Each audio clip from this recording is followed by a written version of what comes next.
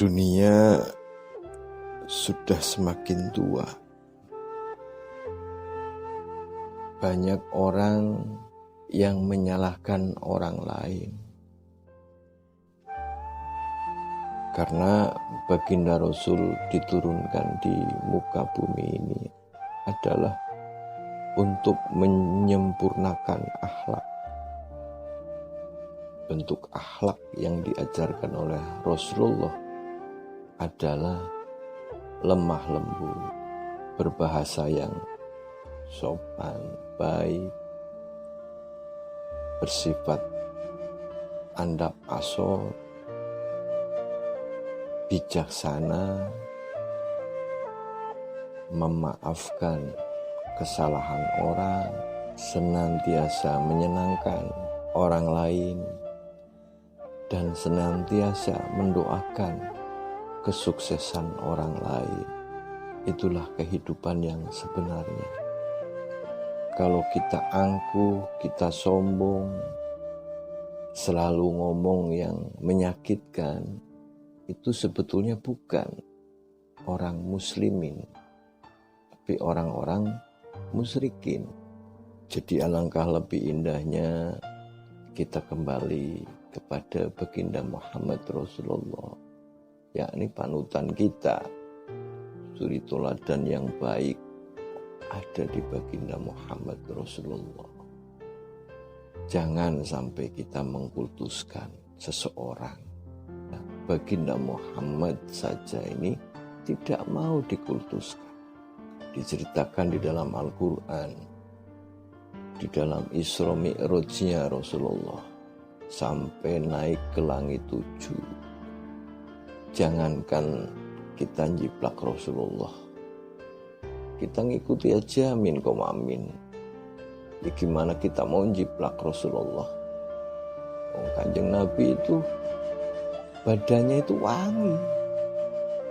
Itu kita harus menyadari baginda Muhammad itu tidak punya bayangan. Sementara bayangan kita, coba lihat, bayangan kita ini hitam. Itu menunjukkan bahwa kita itu banyak dosa, banyak maksiat. Kita menjalani hidup harus hati-hati. Kita manusia di mata Allah itu sama. Yang membedakan adalah takwa. Gak ada bedanya. Kita manusia yang dari rahim ibu dalam 120 hari itu diisi ruh oleh Allah dan dibeat oleh Allah dengan la ilaha illallah Muhammadur Rasulullah.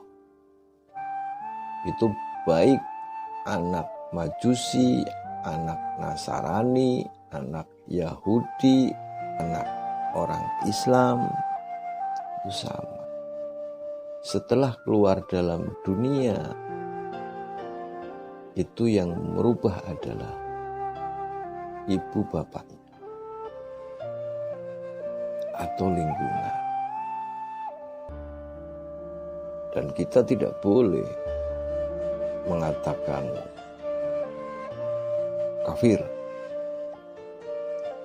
atau mengatakan salah. Itu kalau berpatokan kepada Rasulullah. Karena semua itu adalah hidayah. Hidayah itu hak prerogatif Allah. Seorang yang banyak dosa bisa masuk surga dengan hidayah Allah. Seorang pelacur bisa masuk surga. Itu hidayah dari Allah.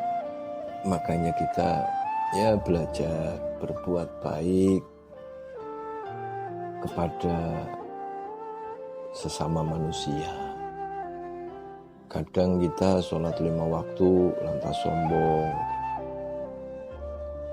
paling merasa suci, paling merasa benar, padahal belum tentu tahu hakikat sholat yang sebenarnya. Kita dalam membaca takbir dalam sholat. Allahu Akbar. Tapi nyatanya masih hanya di dalam mulut. Kadang ada yang bisa sampai di dalam hati, tapi di dalam pikiran kemana-mana. Kita tidak boleh ngomong yang kotor, yang menyakitkan. Jangankan kayak kita yang bayangannya adalah hitam legam. Karena Kanjeng Nabi nggak punya bayangan. Karena Kanjeng Nabi itu adalah cahaya. Itu saja dicoba oleh Allah. Mendoakan pamannya Abu Lahab, Abu Jahal. Itu tidak mustajab. Karena apa? Itu hidayah itu hak prerogatif Allah. Walaupun Kanjeng Nabi itu sangat mustajab doanya. Jadi kawan-kawan muslim, kita jangan sampai mengutuskan seseorang. Kita sama-sama memuliakan. Oh, si A ini punya ilmu, punya kelebihan dari Allah, kita muliakan. Seperti kita punya seorang bapak, seorang ibu, ya kita muliakan. Begitulah kawan-kawan muslim, mudah-mudahan ada manfaatnya. Apabila ada tutur kata yang kurang berkenan, saya secara pribadi mohon maaf.